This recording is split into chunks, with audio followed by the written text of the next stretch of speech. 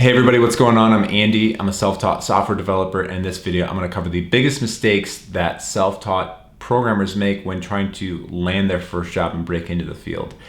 And this is really hard, by the way. This is massively difficult, and most of it's mental because you are going to try to break into a field without a fancy degree from a four-year university. You don't really have a lot to go on, and traditionally that's what you need to get a job, right? It's like proof that you know what you're doing, experience, or at least a college degree. So I'm going to cover some of the mistakes that I see specifically self-taught programmers make, and even people who come out of boot camp, to really make the job hunting process much more difficult. Now, before getting into that, if you're new here, I'm Andy, and I mentor and coach people who are looking to break into the industry. So I help teach them the skills that are necessary, as well as the strategies and systems for landing that first job. So I highly recommend subscribing below. Make sure to also hit the bell icon to get notifications anytime I put out a new video.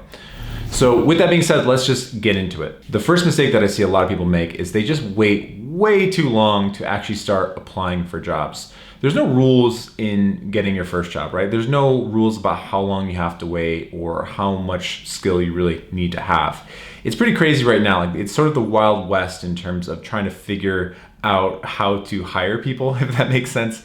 Companies put a lot of time and energy and resources into evaluating talent, and even despite that, there's still really no pure way or true way to figure out like whether somebody's ready to be a software developer, or even how to figure out whether somebody's a senior developer or an intermediate developer. I, at this point in my career, have heard so many stories through friends who are in the field about people getting hired as senior developers, for example, but then the company, after a few months, finding out this person was actually a junior developer. Like their level was at a junior developer, but they snuck in because that company didn't evaluate them. They just went on the fact that they had been a developer for 3 years and the resume looked really nice. So they hired them as a senior developer when truthfully they weren't that level. And the same thing happens when you're trying to hire a junior developer on your team. There's no way to really know how they're going to be in terms of when they get into their first job. Are they going to be the type of person who asks lots of questions? What do they currently know? I mean, these are things that, again, you can really try to hammer out, but at the end of the day, you don't know how it's going to be a fit on your specific team. And again, people can do a really good job of exaggerating their skills when you ask them that. So at the end of the day, there's no amount of time you have to wait. I've seen people get into this career very quickly. Other people, it took a very long time. But my recommendation is, if you've been consistent for 6 months, if you have a track record of putting in the time and effort, if you have a couple projects that show off a few different programming languages and technologies, just start applying. Just start applying. See if you can get some feedback. There's no reason you have to wait 1 year or 2 years necessarily. If you've been consistent, if you can put in the effort, if you feel like you're not going to, your head's not going to blow up when you go to your first interview, get out there, start applying for jobs. The second mistake that I see a lot of people make, and this goes well with the first one, is waiting for their skills to be absolutely perfect, right? They're waiting for their skills to be at such a high level because for them, their assumption is if I have a really strong skill set, if I'm a really good programmer, then people are just gonna come out the woodwork. Like they're gonna start beating down your door like, hey, here's a job offer, please come work for my company. I know you're so skilled. Or they're gonna be like coming out of the bushes when you're walking outside, right? That's their sort of dream. It's just like, if I just work on the skills, I don't have to be like all these other idiots out there who are, marketing themselves and have a personal website. I'm just gonna be great, man. And the truth is, again, that's not the case. It's not gonna happen. It's so rare. And if it does happen, it's not gonna be you, I can tell you that, most likely. Again, it goes back to this idea that it's really hard to assess talent. So you could put great code out on GitHub, code that's clean. It shows that you know a breadth of skill, but it doesn't guarantee that a company is somehow just gonna randomly see your GitHub and go, or some recruiter is gonna randomly see your GitHub and go, oh my God, we gotta get that guy. It could happen, and I've heard of things like that happening, but it's just so rare. For whatever reason, for a whole host of reasons. So the mistake here is this: you don't have to have your skills be so high that it's not like don't depend on your skills being so high that that's going to be the thing that takes you to the end zone, right? That's not going to carry you all the way there. You still have to do things like, apply for jobs and market yourself and have a personal website and have a portfolio. Make sure that all those are geared towards getting you your first job. The point is, it's not like Field of Dreams. If you build it, he will come. It's not like if you build the skills that the employers will come. Build the skills out. Be really good at what you do, but then still play the game really well. Play it to a high degree. Another mistake I see a ton of people make is a very ineffective personal website. And what do I mean by this? So you're gonna have a personal website, you know, like it could be like, for me, it's andysterkowitz.com, or for you, it could be like myname.com or whatever.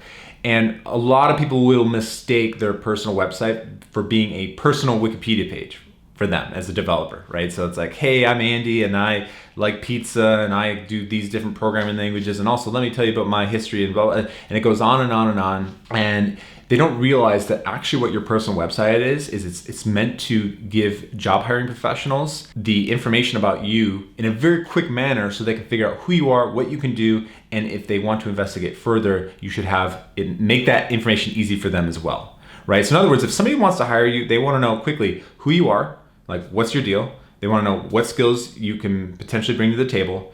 And then, okay, once they figure that out, okay, how can I look at your code? How can I look at your projects that you've built, like live working websites or live working applications? And then of course, like that's what I mean too, like if that all goes well, then they want to reach out to you.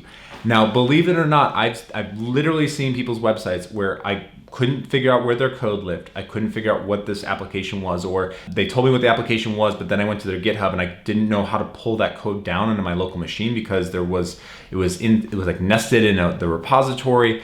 It was just very complicated. There was no setup instructions. There was no installation instructions. I didn't know how to set up their database. There was no setup script for their database. So the whole point is you have to make your personal website geared towards somebody who wants to hire you. What information do they need to know about you? How can they get further information about you? How can they look at your code? How can they pull down your code? If you can answer these questions quickly within about 2 minutes, then your website it's ineffective. That's all I can really say is it's ineffective. So remember, your personal website, it's not your personal Wikipedia page. It's meant to guide people along to figure out who you are to get to the point where they're gonna hire you. If you can figure that out, it's gonna be a lot easier for you to be effective in terms of marketing yourself. And really the last mistake is just not being proactive in your job search. So the tried and true method for getting a job in this day and age is going to the big job websites, Indeed.com, Monster.com, LinkedIn, Dice. There's a bunch, right? And the tried and true method these days is just throwing out as many resumes as you can, as many job postings that say junior developer. That's like the de facto standard. That's the thing that, like, you know, if you know nothing, that's what you're gonna do, right? But that's not the most proactive way to do things. That's that's one approach, right? You should have multiple strategies for getting a job. If all you're focused on is just throwing out random applications, random resumes at random job requisitions or job postings, you have a certain level of odds that you're going to do this. However, you want to increase your odds because getting a job is not about, there's no guaranteed way to get a job. You just simply are trying to improve your chances, improve your odds. So if you're just relying on the shotgun approach, you're putting yourself in a position where you're just not maximizing the chances you have to get your first job. So be proactive. Being proactive means reaching out to recruiters directly. So if there's a job opening at a certain company, and you are really excited by that, see if that company has internal recruiters who are looking to hire for that position or helping to hire at their company. You can reach out to them on LinkedIn. If you can find their email address, reach out to them, figure out what college they went to, say, hey, I have a common connection. I see you went to this college. Whatever it is, just send those types of messages out to recruiters and figure out how you can get an in with someone. It can be very simple like that. And here's the thing. For a lot of people, they're like, oh my God, I have to message someone I don't know. Isn't it weird? Yeah, it's a little weird. So what? But it's not like you're going up to them at a cocktail party and trying to introduce yourself. It's an email. If you don't get a response back, awesome. If you do, then maybe you just got your first in for your first job. So being proactive and reaching out to recruiters is a great strategy. Even just in your network, like emailing people or calling people and just saying what you're doing. Like, hey, I'm looking to get in the field. I'm very serious about this.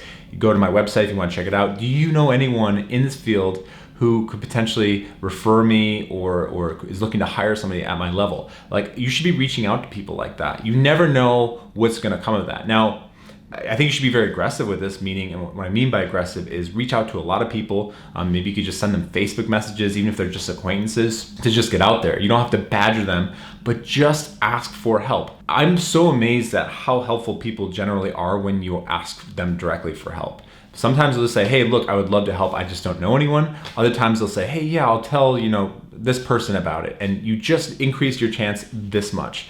So don't just rely on the old strategies. Be proactive, go to meetups if you can. Don't spend too much time at meetups. I know a lot of people who they're in this meetup circuit where they go to all the meetups and they don't actually work on the skill of coding. So don't get caught up in that, but be proactive and just figure out other ways that you can possibly get an in with companies. So those are the mistakes that I see quite a bit of, and I wanted to help you steer clear of that. So I hope you enjoyed the video. Other than that, guys, if you are really struggling to get into this field, if you're looking to get in the field but you find that you just are having issues, I highly recommend joining my mentorship program. My mentorship program is all about helping people get the skills necessary and really to teach them strategies to land that first job, so that way it's not this complicated process. Now, if you're interested in that mentorship program, highly recommend booking a call. So you can go to andysterkowitz.com/call. During that free career strategy session, we're going to talk about what's really holding you back, what your biggest issues are. I also want to figure out where you want to take things, where you want to go. And if the mentorship program is a good fit from there, then I'll be happy to tell you about it, how you can get started. And if it's not a good fit, I'm happy to give you a recommendation of what I think you could do to move forward. So that's really it, guys. That's all I have for now. Thank you so much for watching. And as always, peace out.